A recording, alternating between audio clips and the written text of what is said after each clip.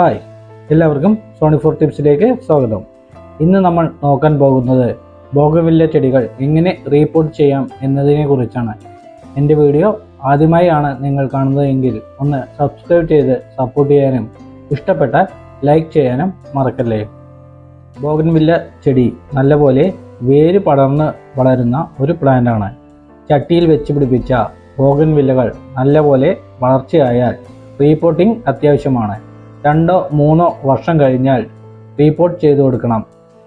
ചെടിച്ചട്ടിയിൽ കൂടുതൽ വേരുകൾ വന്നു കഴിഞ്ഞാൽ പുതിയ വേരുകൾ വരാൻ സ്ഥലമില്ലാതെ ആവുകയും അത് ചെടിയുടെ വളർച്ചയ്ക്കും പൂക്കൾ ഉണ്ടാവുന്നതും കുറയും. എൻ്റെ ബോഗൻവില്ല ചെടി 3 വർഷം പ്രായമുള്ള ചെടിയാണ്. ഇതിൻ്റെ വേരുകളെല്ലാം ഡ്രെയിനേജ് ഹോൾ വഴി പുറത്തേക്ക് വന്നു തുടങ്ങിയിട്ടുണ്ട്.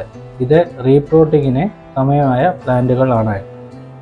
റീപോർട്ടിങ്ങിന് 4-5 മണിക്കൂർ മുമ്പായി ചെടി നല്ലതുപോലെ നനച്ചു കൊടുത്താൽ നമുക്ക് ചെടി പെട്ടെന്ന് തന്നെ ചട്ടിയിൽ നിന്നും ഊരിയെടുക്കാൻ പറ്റും.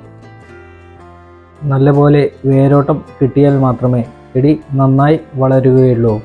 കൂടുതൽ വേരുകളായാൽ ഇതേപോലെ ഡ്രെയിൻ ഹോളേജ് വഴി പുറത്തേക്ക് വരും.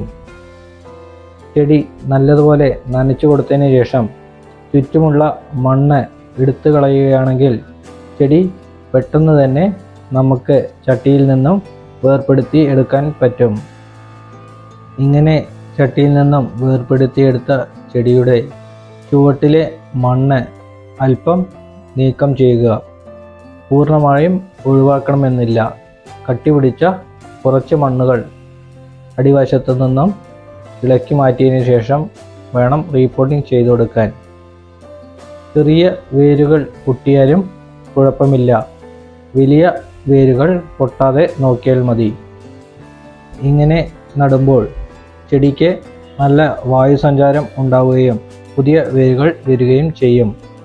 റീപോർട്ടിങ്ങിനായി നല്ലപോലെ ഡ്രെയിനേജ് ഹോളുള്ള ഒരു പോട്ടാണ് ഞാൻ എടുത്തിട്ടുള്ളത്. ഇതിൻ്റെ ഹോളുകൾ അടയാതിരിക്കാൻ ഓട്ടിൻ പൊട്ടോ അല്ലെങ്കിൽ മെറ്റലോ ഇതുപോലെ അടിയിൽ ഇട്ടു കൊടുക്കാം. അതിനുശേഷം നല്ലപോലെ വെള്ളം വാർന്നു പോകുന്ന മണ്ണ് ഒരു 1/4 ഭാഗം ഇട്ടു കൊടുക്കാം. ഈ മണ്ണിൽ പ്രത്യേകിച്ച് വളങ്ങളൊന്നും ചേർത്തിട്ടില്ല. ഇതിൽ മണ്ണ്, മണല്, ചകിരിച്ചോറ്, വേപ്പിൻ പിണ്ണാക്ക് എന്നിവ മാത്രമേ ഉപയോഗിച്ചിട്ടുള്ളൂ. ഭാഗം മണ്ണ് നിറച്ച ചട്ടിയിലേക്ക് ചെടി വെച്ച് കൊടുത്തതിന് ശേഷം ബാക്കിയുള്ള മണ്ണ് ചെടിയുടെ ചുറ്റും കുറച്ചും കൂടി ഇട്ട് കൊടുക്കുക. അതിനുശേഷം നമുക്ക് വളം ഇട്ട് കൊടുക്കാം. ഇത് നഴ്സറിയിൽ നിന്നും വാങ്ങിച്ച ഒരു വളമാണ്. ഇതിൽ എല്ലാ വളങ്ങളും അടങ്ങിയതാണ്.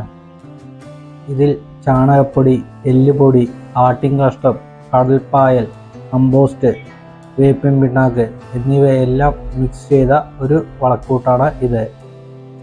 ഒരു ചെടിക്ക് 20 ഗ്രാം വരെ നമുക്ക് വളം ഇട്ടുകൊടുക്കാം. വളം ചെയ്തതിന് ശേഷം ബാക്കി മണ്ണും കൂടി ഇതിലേക്ക് നിറയ്ക്കുക. അതിനുശേഷം ചെടി നല്ലതുപോലെ നനച്ചു കൊടുക്കുക. അങ്ങനെ നമ്മുടെ പ്ലാന്റുകളെല്ലാം റീപോർട്ട് ചെയ്തു കഴിഞ്ഞു. ഇനി ഇത് ഒരാഴ്ചത്തേക്ക് നല്ലപോലെ വെളിച്ചം കിട്ടുന്നതും അധികം മഴയും വെയിലും ഏൽക്കാത്തതുമായ ഭാഗത്തേക്ക് വെച്ചു കൊടുക്കാം. നീണ്ടുപോയ കമ്പുകൾ ഉണ്ടെങ്കിൽ അതിൻ്റെ തലപ്പ് മുറിച്ചു കൊടുക്കുകയാണെങ്കിൽ ഇതുപോലെ പുതിയ തളിർപ്പുകൾ വരികയും ചെയ്യും.